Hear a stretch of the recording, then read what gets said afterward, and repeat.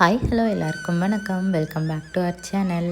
இன்றைக்கி நம்ம பார்க்க போகிறது நாங்கள் பெங்களூர் ட்ரிப்பில் எந்த பிளேஸ் பார்க்க போனோம் அப்படிங்கிறத தான் உங்கள் கூட ஷேர் பண்ணிக்கிறேன்.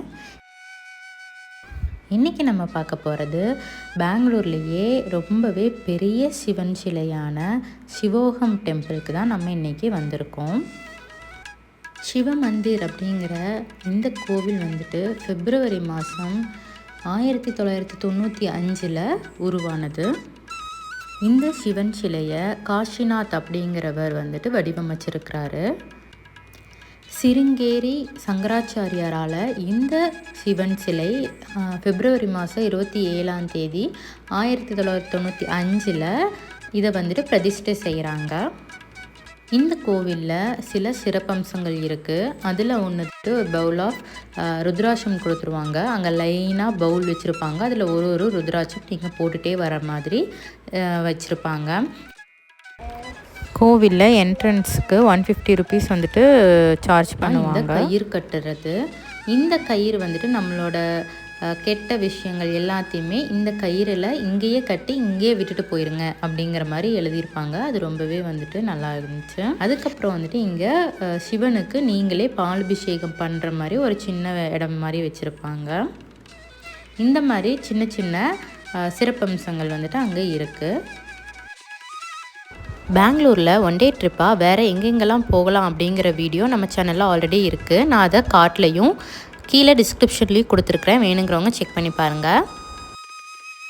இந்த சிவன் சிலை பார்த்தீங்கன்னா 65 அடி உயரம் உள்ளது. இந்த சிவன் சிலையோட இன்னொரு சிறப்பம்சம் என்ன அப்படின்னா, சிவனோட தலையில் இருந்து கங்காதேவி வர மாதிரி வடிவமைச்சிருப்பாங்க. அது இந்த சிவனுக்கான ஒரு சிறப்புன்னே சொல்லலாம். சிவனோட ஜோதிர்லிங்கங்கள் எல்லாத்தோட மாடல் வந்துட்டு இங்கே வச்சுருக்காங்க. அதாவது நம்மளால் பெரியவங்கனால போக முடியாதவங்கனால இங்கே வந்துட்டு நம்ம சாமி கும்பிட்டுக்கலாம் அப்படிங்கிற மாதிரியான நோக்கத்தில் இதை வந்துட்டு ரெடி பண்ணியிருக்காங்க. நம்ம எக்ஸிபிஷன்லாம் போனால் பார்ப்போம் இல்லையா, அந்த மாதிரி வந்துட்டு இருக்கும். சின்ன குகைக்குள்ளே போய் ஒரு குறுகிய வழியில் போய் இந்த இடத்துக்கெல்லாம் போய் பார்த்துட்டு போகிற மாதிரி இருக்கும். இங்கே நடக்கக்கூடிய விழாக்களில் முக்கியமான விழா என்ன அப்படின்னா சிவராத்திரி.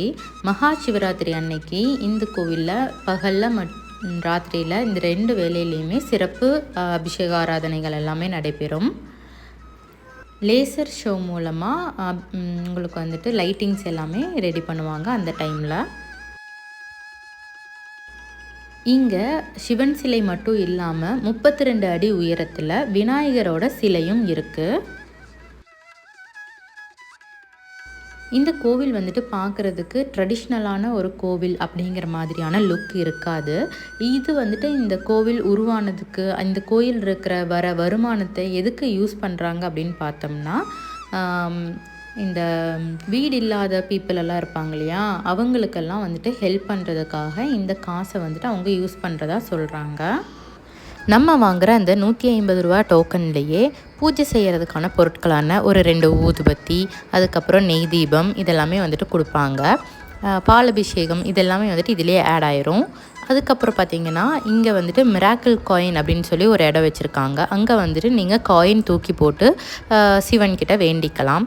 அதே மாதிரி நெய் தீபம் ஏற்றுறதுக்கும் தனியாக ஒரு இடம் வச்சுருக்காங்க. அதுவுமே ஒரு குட்டி பாண்டு மாதிரி, குட்டி ரிவர் மாதிரி இருக்குது. அதில் நிறையா தீபங்கள் வந்துட்டு மிதந்துட்டு இருக்கிற மாதிரி வச்சுருக்காங்க. சிவனுக்கு பக்கத்தில் போய் ஃபோட்டோ எடுக்கிறதுக்காக ஒரு லேடர் மாதிரி ஒரு இடம் வச்சுருக்காங்க. அங்கே போயிட்டு சிவன் பக்கத்தில் நின்று நம்ம சாமியும் கும்பிட்டுட்டு ஃபோட்டோவும் எடுத்துக்கலாம். அங்கேருந்து கீழே இறங்கி வர வழியில் லிங்க ரூபத்தில் இருக்கிற சிவலிங்கத்தை நம்ம வந்துட்டு தரிசிச்சுட்டு ஆராதனை வந்துட்டு எடுத்துக்கலாம். ஊதுபத்தி ஏற்றுறதுக்கும் தனியாகவே வந்துட்டு இடம் வச்சுருக்காங்க. நவகிரகத்துக்கு இங்கே ஒரு சிலை இருக்குது. அந்த சிலை வந்துட்டு ஒரு டோம் மாதிரி இருக்குது. அந்த டோமில் பார்த்திங்கன்னா மேலே வந்துட்டு வானத்தில் இருக்கிற மற்ற கிரகங்கள் எல்லாமே நம்ம பார்க்குற மாதிரி வடிவமைச்சிருக்காங்க. அதுவுமே ரொம்ப அழகாக இருக்குது பார்க்குறதுக்கு.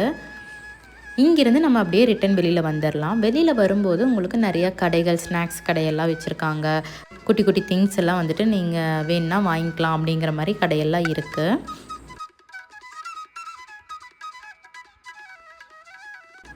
இதுதான் நீங்கள் நம்ம சேனலை ஃபஸ்ட் டைம் பார்க்குறீங்க அப்படின்னா சேனலை சப்ஸ்கிரைப் பண்ணி பக்கத்தில் இருக்கிற பெல் பட்டனை கிளிக் பண்ணி ஆல் கொடுத்துக்குங்க. அப்போ தான் நான் போகிற எந்த ஒரு வீடியோவையும் நீங்கள் மிஸ் பண்ணாமல் பார்க்கலாம்.